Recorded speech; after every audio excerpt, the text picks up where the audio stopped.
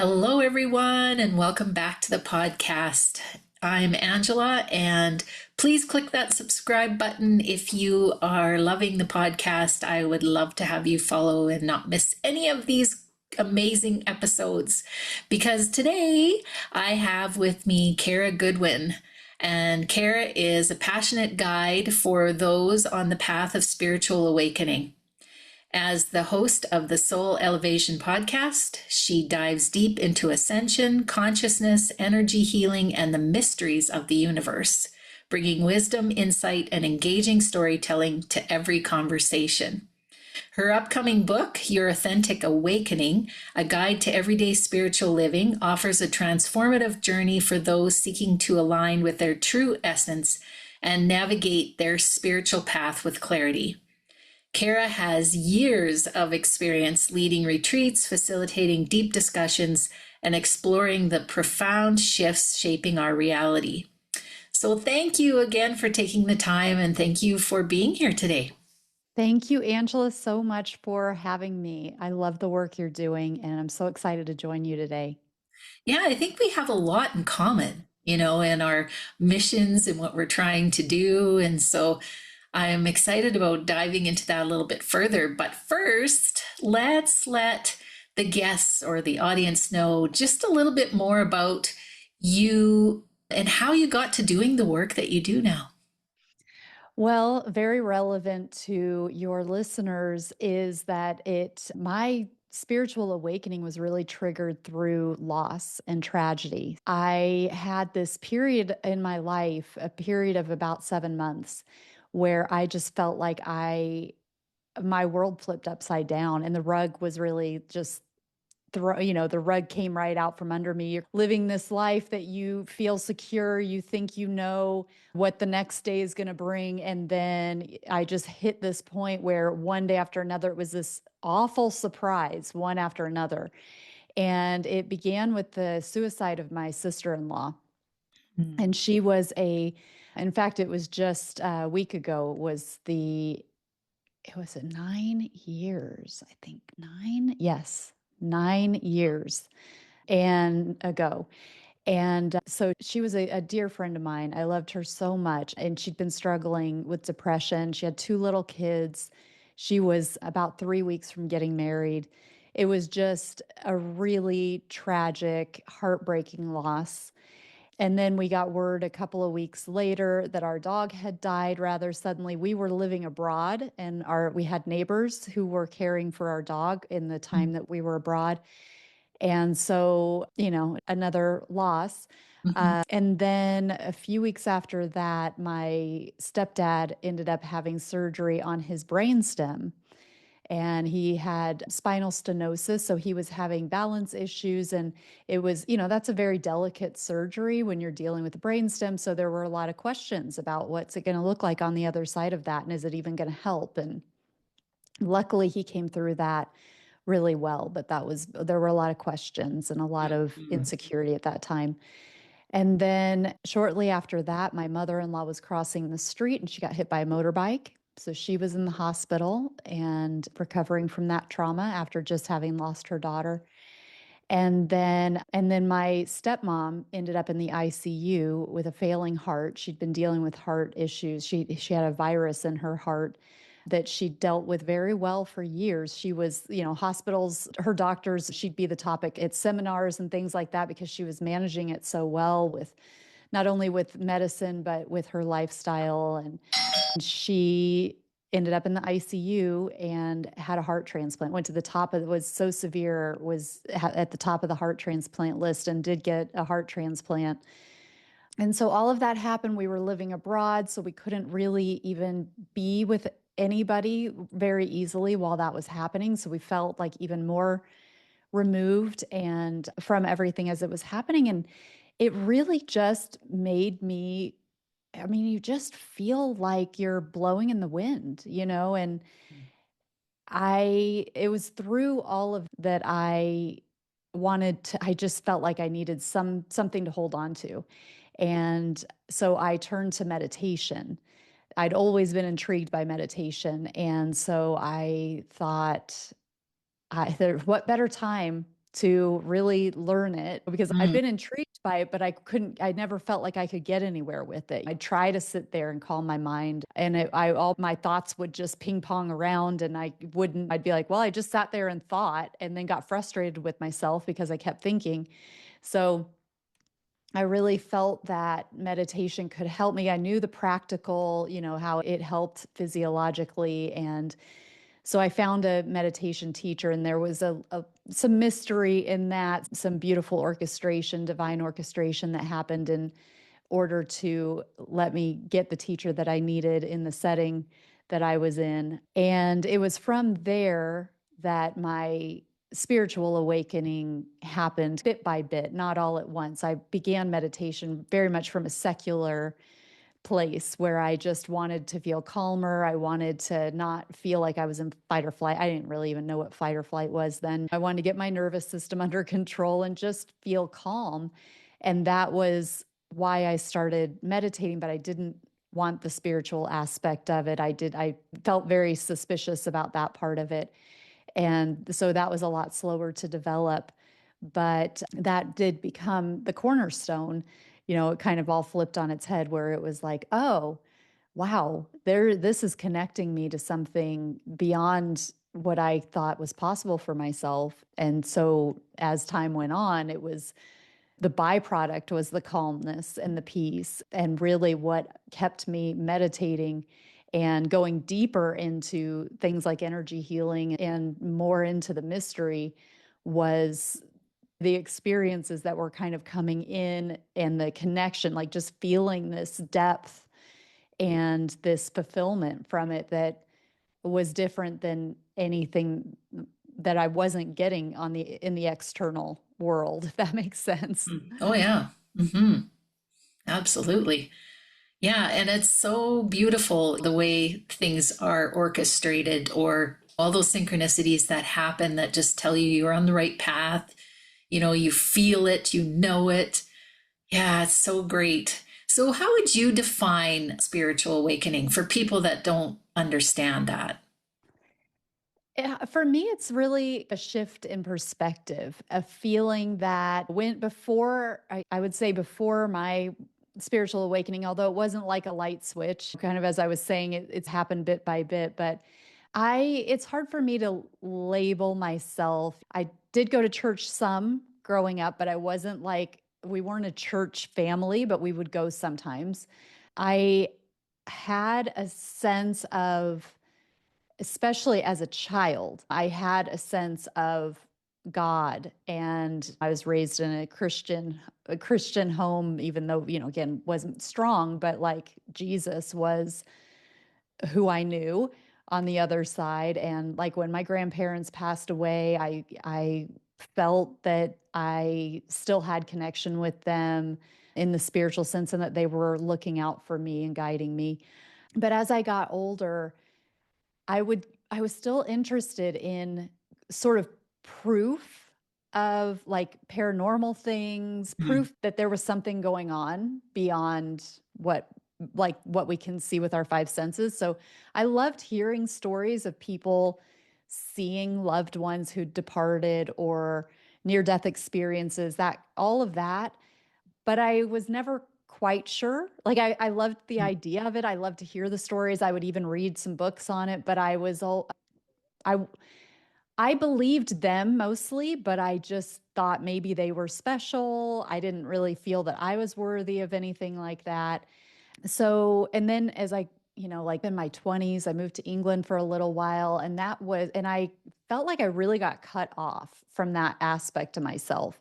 I cut that aspect off. I felt like I had grown up Mhm. and kind of left any sort of those sort of more childish beliefs was how I saw it. So I would say I became more agnostic. I was pretty much believed what my five senses could tell me. And then anything else, I wouldn't really let myself entertain so much or think about too much. I didn't really have anybody in my life at that time that wanted to explore things like that too. So Mhm. it wasn't a nurtured part. And I feel like I stayed in that sort of just living on the surface of life and enjoying life, but not really feeling any sort of connection to my spirit, not really sure that there was anything beyond the surface. And again, like that worthiness was a part of it too. So, a spiritual awakening to me is the awakening that there is more and that our five senses are only part of it, and our physical body and our emotions and our thoughts are only part of it. And that there is something much, much deeper that is eternal, that is really who we are. And those physical aspects, the human part of us, it's just an expression of something much deeper, much more beautiful, more, and that the connection with that is so critical. So it's the desire to strengthen that connection, the desire to allow that to express through. That to me is what a spiritual awakening is. Wow, I love the way you designed that, or where the way that you explained it. Yeah, and I'm thinking about something you said about your life being okay, you're happy, you're doodling along. That's kind of how I was too. It was like, oh, I have a good life, I'm living a good Mm. life. It's a happy life, not realizing that there was so much more. Yes. Yeah, and it seems like it takes something traumatic to shake you up. And I believe that happens by design, but that does that and starts you questioning what you're doing. Why are you here? All those big existential questions about where's my loved one? Why did this happen? Yeah. And so then we start to pursue all these things trying to find that. And once you start connecting, it seems like you say there's this deepness and you can go deeper and deeper and deeper. Mm. And there's always, for me, there's always just this little niggling or fear about going a little deeper, finding out a little bit more. I think it's has something to do with the Christian upbringing, but also just maybe experiences I had as a child and kind of just being a little bit afraid of what might come because like you said we didn't have people back then that could explain what was happening, so yeah, very similar experience. Yeah. Yeah.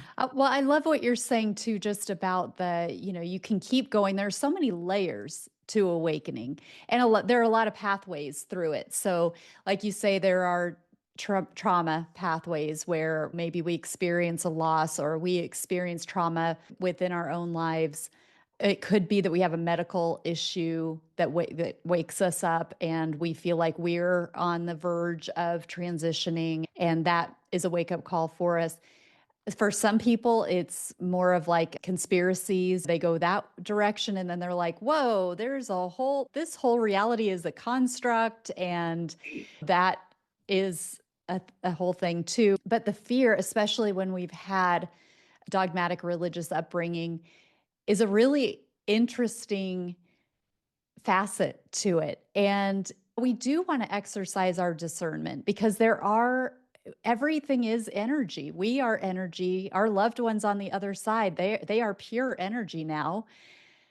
And energy runs on a spectrum. Just because energy is there doesn't necessarily mean that it is for our highest good or that it's in resonance with us.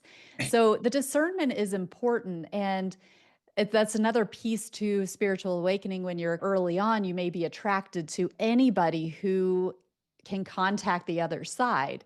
Like I said, I would be interested in, like, even if there was something about a haunted house, like I would want to know about that. But it's like now I understand more about energy and where I want to put my energy and what kind of energy I want to engage with. So something like a haunting may not be something that I would be as attracted to now, because I don't necessarily want to give my energy and attention to something that is fearful. Mhm. Um, but that we can have, as we go deeper and deeper, there can be things that show up that are frightening. And what's interesting is that in my experience, a lot of times those things are frightening in the beginning.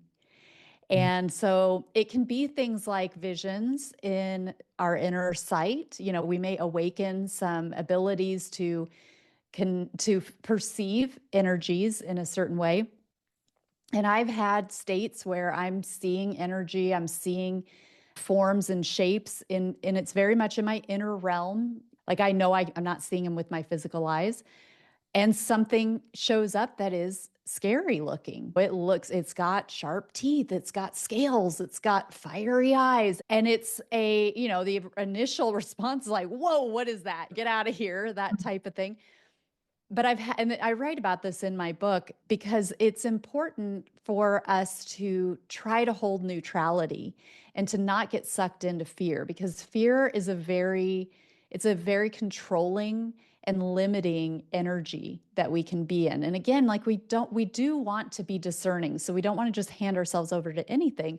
But what I've tried to do to help me in those types of situations is to just be the witness and just be curious, or just try to hold that neutrality of, okay, I see what I see, but I don't have the full understanding of what it is why am I seeing this? Is this a guardian? Is this one of my guides that's testing my resolve, testing my strength to see if I'm ready to go to the next level of evolution? Like, what do you do when you're confronted with something that's terrifying? Do you turn tail and run? Do you submit? What do you do? Like, let's see. We don't know unless we try. You know what I mean? Right. Yeah. Is it a shadow aspect of myself? Is it something that is within me that I have not wanted to look at, that I've been denying, and that has turned into more of a monster form? And I don't even recognize it because it scares me. And I'm not allowing myself to express it. I'm not allowing myself to integrate it. And I'm seeing it as something I'm projecting it as something outside of me. So these can all be true.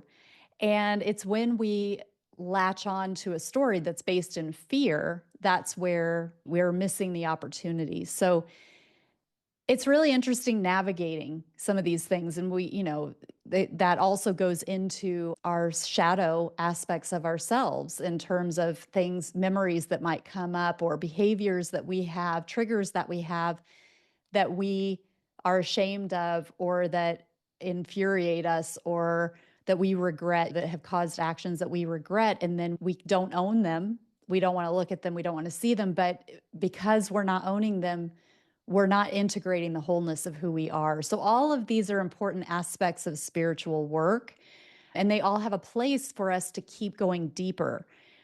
But it's not for the faint of heart. It Mm. can be hard work, but it's so rewarding. The deeper that we're able to go, the more fulfillment we have. Mm-hmm. Yeah.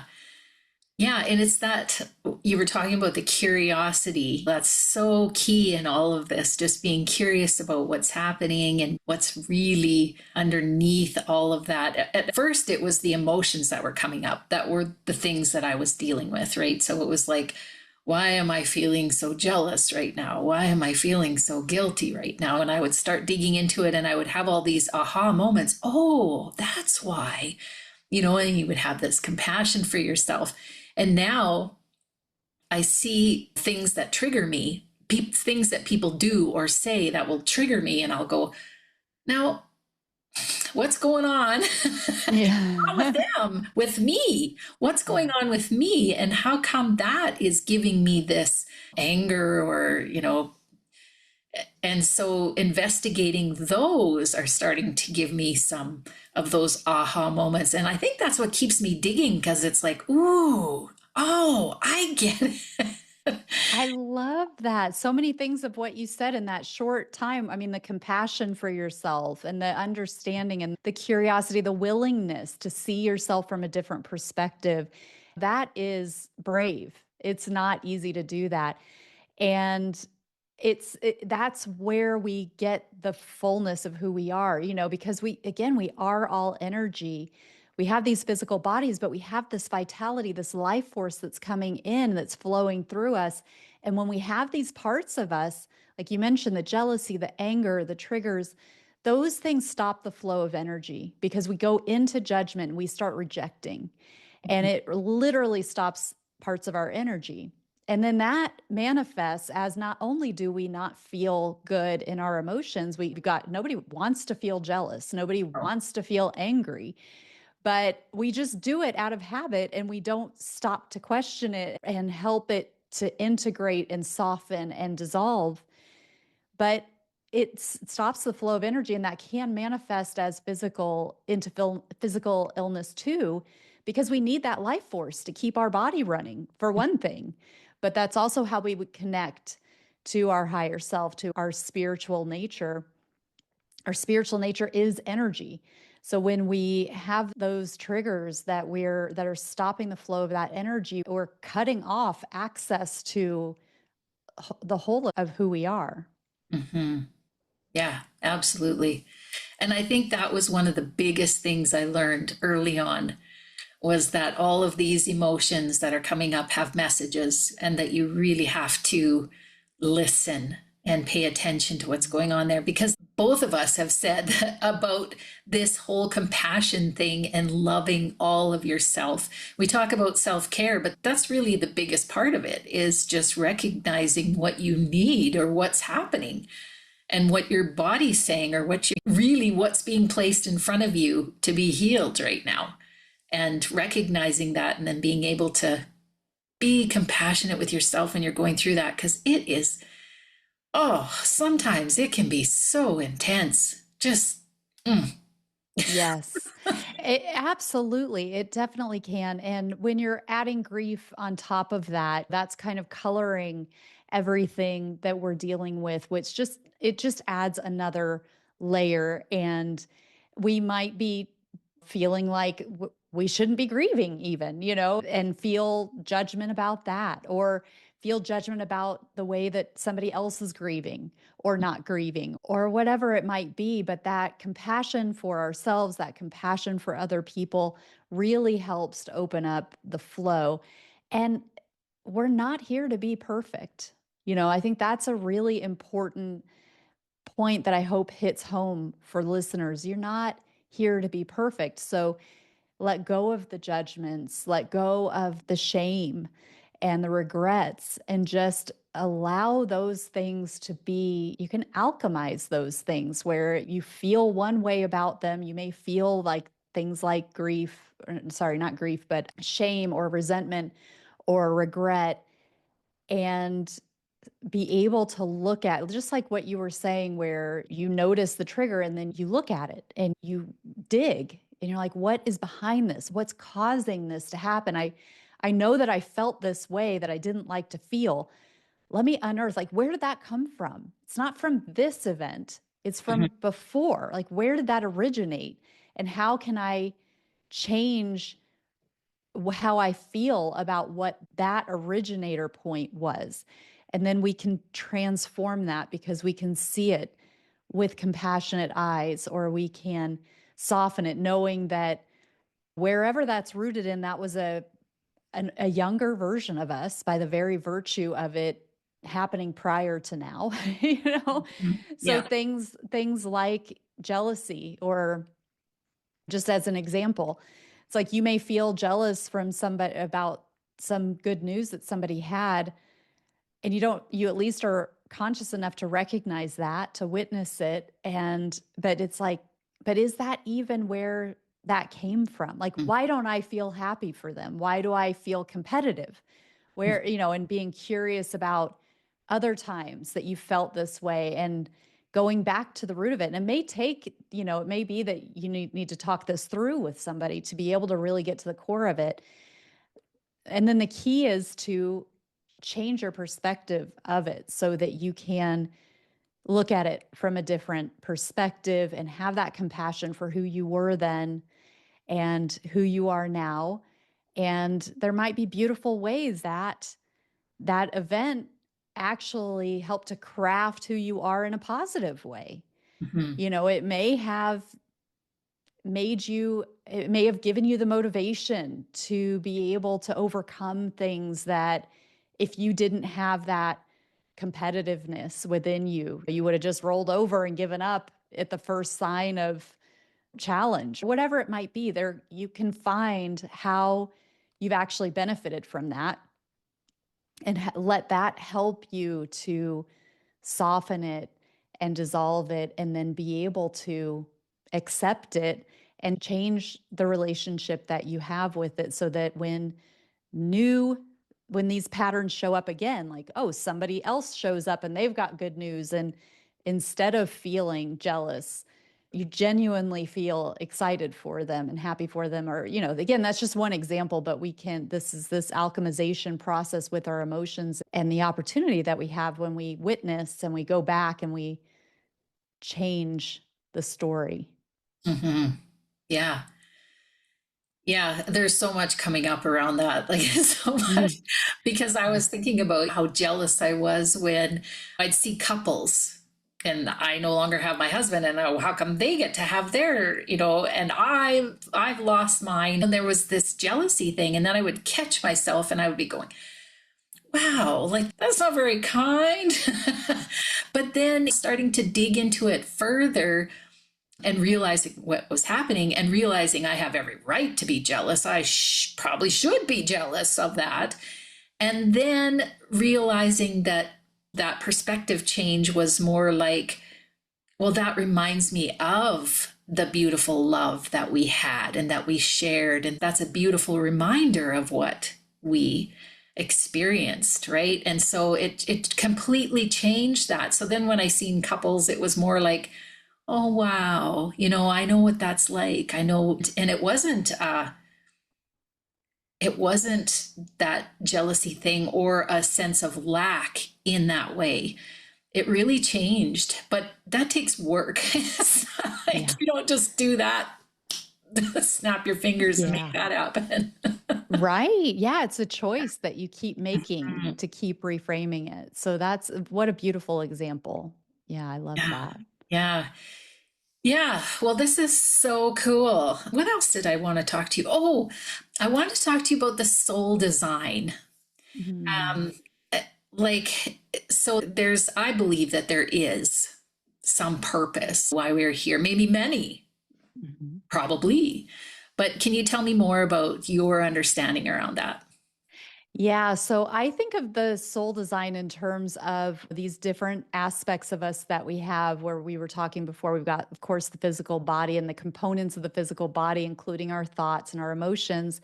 And then we have this soul aspect, which is in Western society, this unacknowledged part of us in the mainstream. We just don't, it's not part of scientific investigation. It's kind of left out of academics for the most part. There are people who are studying things like quantum mechanics that dive into these kind of more esoteric aspects of life. But I think, that there are these layers and levels from a spiritual nature.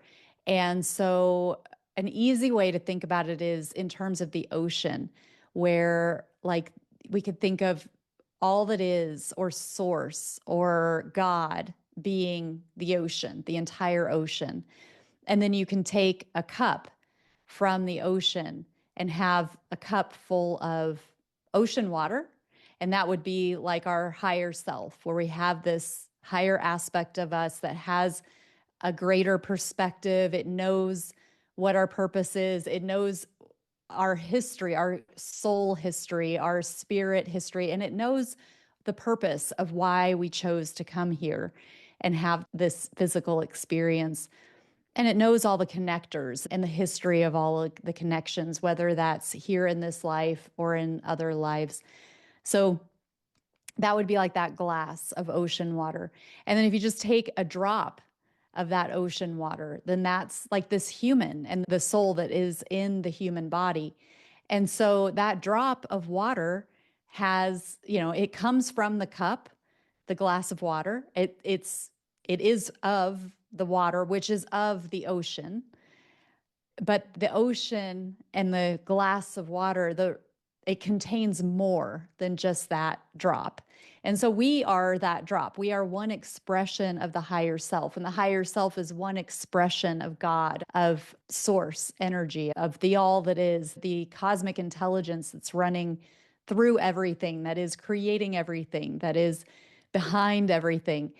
And so within that glass, within that higher self, there are many different expressions. It's expressing itself in other times, in other places, other incarnations, past and future, and I believe different planets and star systems and dimensions and beyond what our human mind can even fathom.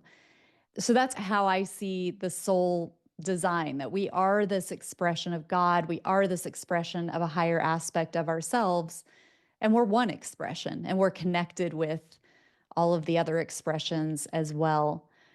Mhm. Yeah. And I like the way that you describe that. And I'm constantly being reminded that I am human and that there are aspects of being human that we don't like sometimes, this life that we've chosen as a soul. You know, sometimes, well, I know for a fact when I first lost Blaine, I was like, why would I choose something like this? Like, that's ridiculous. Why would I do that? Because on a human level, we can't comprehend the whole big picture, that whole perspective. And so it was me having to be patient with that human and all of the things that were coming up around that and not dismissing it. Because I think for a while I was just dismissing it because I was thinking, well, I'm spiritual and this was my choice and da da da da da da da da da da, which, the human's going, I don't think so. Yeah. Yeah, the bypassing. And I've been there too, where it's like I've as different truths have opened up and really made sense, really clicked with me, where it was like, oh, there's so much more. Like this is just, it almost got to the point where it's like, well, this doesn't even matter. Yeah. This human experience is an illusion, doesn't even matter.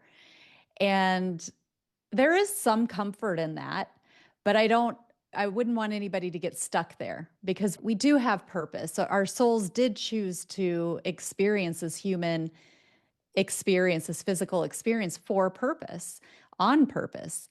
And there are experiences here in the physical with the duality and with the contrast that we can't experience in other ways. It's like this is a very dense reality. It is a tricky school, if we want to think of it as a school Mm-hmm. game, if we want to think of it as a game. It is for um, tough souls. you Yeah. know, Yeah. it's like if you're here in a physical body, you meant business. There are a lot of souls who wish they were here. Yeah. They're in line to come. But there are, through this experience, through the forgetting, through the need to believe, the fact that we choose to believe, we choose to have faith, we choose to forgive, we choose to overcome those lower emotions, to investigate them and to not let them rule our lives, to not be pulled along by life. All of these choices that we make, they help us to grow at the soul level, at the higher self level. They're very, very, they're cherished opportunities. And that's an experience and an opportunity that we don't get in other realms and other opportunities. So even though it is a really hard, for a lot of people, it's a hard experience and beautiful. There are a lot of beautiful experiences here too. It's a very diverse realm. But, we don't want to just go, oh, okay, well, none of it matters. I'm not going to try. I'm Mm-hmm. not going to get invested in it because you came to play. So, do your part. And you also, it's also not just about what we get as souls for being here, but for a lot of people, they're here purposefully to give. And that may not look They may not feel like they're in a job where they're giving, they may have a job that's very mainstream and they may think like, well, I'm not in the clergy, I'm not a monk, I'm not, how am I giving? I'm not working in an orphanage or whatever they might tell themselves. But because they're here embodying this sacred energy, they're using their physical body to bring through the sacred energy that they are. That is helping the planet, that is helping humanity. And the more that they're working on themselves, the more you, Angela, are getting curious and going deeper and healing the wounds within you so that you're expressing yourself more as the sacred light that you are, and you're interacting with people and people are listening to your podcast. And even when you just go to the grocery store and they don't know who you are, but you're just standing there and you're bringing this calmness and you're changing the energetics of the environment that you're in. And that is a service. So we're all giving as well by being here, by virtue of being here, and by virtue of housing the sacred energies that we are housing and expressing. That also is a purpose for why we're here. Mm, beautiful. I love the way you describe that. Yeah. And a good friend of mine told me, she said, "You are always of service. How could it be otherwise?" She made me write it down. And Yeah. you just defined that in that little bit that you just said right there, what she was talking about. And I'm not even sure I completely and fully understood that until now. So thank you for that. Well, good. Yeah. So tell people more about how they can find you and what kind of resources you have to share. Yes. So you'll be on my podcast soon. My podcast is Soul Elevation, which I have like 450 some odd episodes out. It's been out for a while. So that's at soulelevationpodcast.com. And then my website with many more resources is karagoodwin.com. It's Kara with a K. I've got a free resources tab there where you can get different meditations, guided meditations for free. I have like a learn to meditate, really, kind of 21 days to develop the habit of meditation, but helping you bit by bit to be able to cultivate a sustainable practice that you can integrate into your everyday life. I have a membership group where we meet once or twice a week and we do online meditations. I've got a huge library of guided meditations. We have book club. We have regular just online gatherings where we support each other in terms of like our spiritual growth. And a lot of people are wanting to expand their understanding of things. So, or even their services. A lot of people are going from mainstream work to, oh, I feel called to be a healer, or I feel called to host retreats and all those sorts of things. So we have a great group there. And I'm frequently hosting like free summits and workshops and things like that. So there are all kinds of resources that people can find on that website. Oh, Beautiful. and my book. My Yes, book, your book. Your Authentic Awakening. Yes. Yeah. So that's on there too for people in the US. If you wanted a signed copy with free shipping, you can order that right on my website. Otherwise, it's available on Amazon and Barnes and Noble and all of the places that you like to get your books. Wonderful. Yeah. Well, you have so much to share. So I encourage people to definitely go check all of that out. And I want to thank you again. Before we go, is there anything that you'd like to add? Well, I just encourage people to keep exploring and strengthening that connection to the invisible realm, to their own guides, to their loved ones who are on the other side. They are there. They communicate very subtly. So it does take that stillness and the quieting and the connecting inwardly to be able to perceive and to be able to kind of parse out their communication from the busyness of and the noise of our everyday life. But the connection, you can keep strengthening it. It's there, it's real. And it's available and it's available for everybody. So I just really encourage people to keep exploring that. Hmm. Wonderful advice. Yeah, I think that's really important. So thank you again for taking the time. Really appreciate. Thank you, Angela. Yeah, and I want to thank everyone for listening, and bye for now.